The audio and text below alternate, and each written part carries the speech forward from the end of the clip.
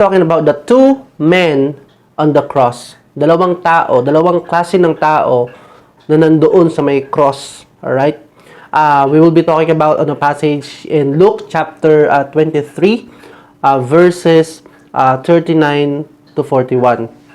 I'm gonna read it to you.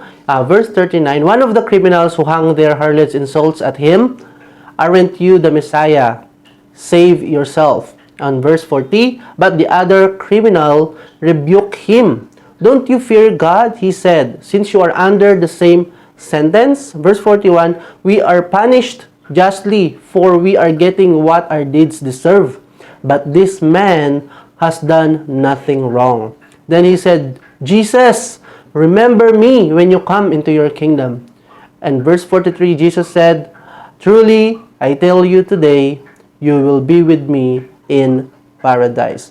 As we read the chapters, this is where Jesus is crucified at that time sa mountain of Golgotha or mountain of skull.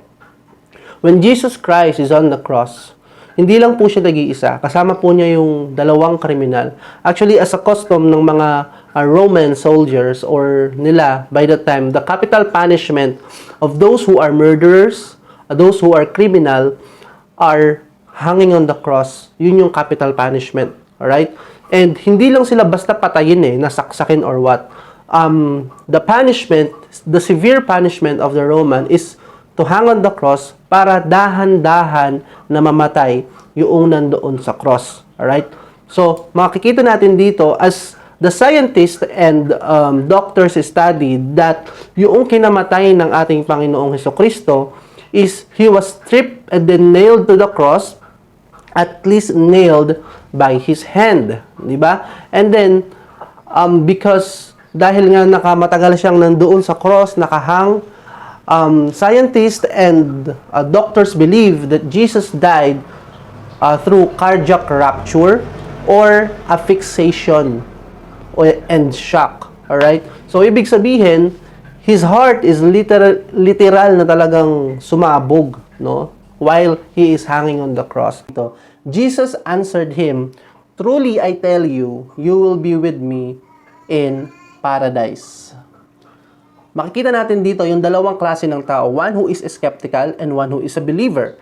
Bakit ko nasabi na skeptical yung isa? Kasi he is just waiting for something to happen. But the other one, okay, he was drawn by the Father that this man believed in Jesus Christ. At the moment po, nung time na yon, na sinabi niya sa Panginoong Jesus, alright, alalahanin niyo naman ako kapag dating mo sa iyong kaharian. At ang sagot ng Panginoong Hesukristo, napakatindi ng sagot ng ating Panginoong Jesus.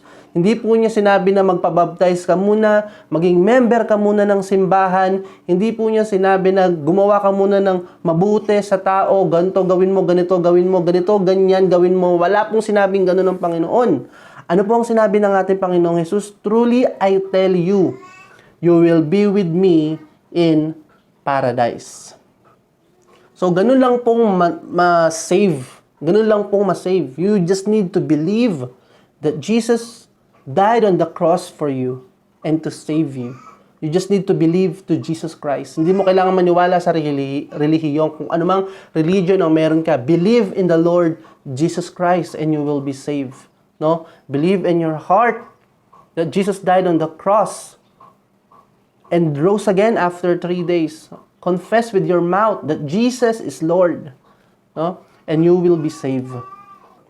Kapatid, you still have time to believe in the Lord Jesus Christ. Just put your faith in Him. Pagkatiwala mo lahat sa Kanya. If you think you are sinner, lahat po tayo ay makasalanan at walang karapat-dapat ang sa harap ng ating Panginoon.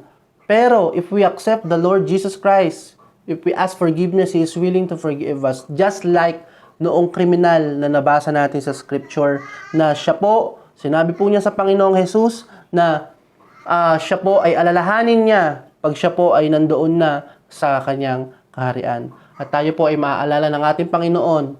At ang sabi po ng Panginoon, ngayon at ngayon din, isasama kita sa aking kaharian. Kapatid, kapinagpala, go to your knees right now, pray to the Lord, believe in the Lord Jesus Christ, that He died on that cross, and He will save you.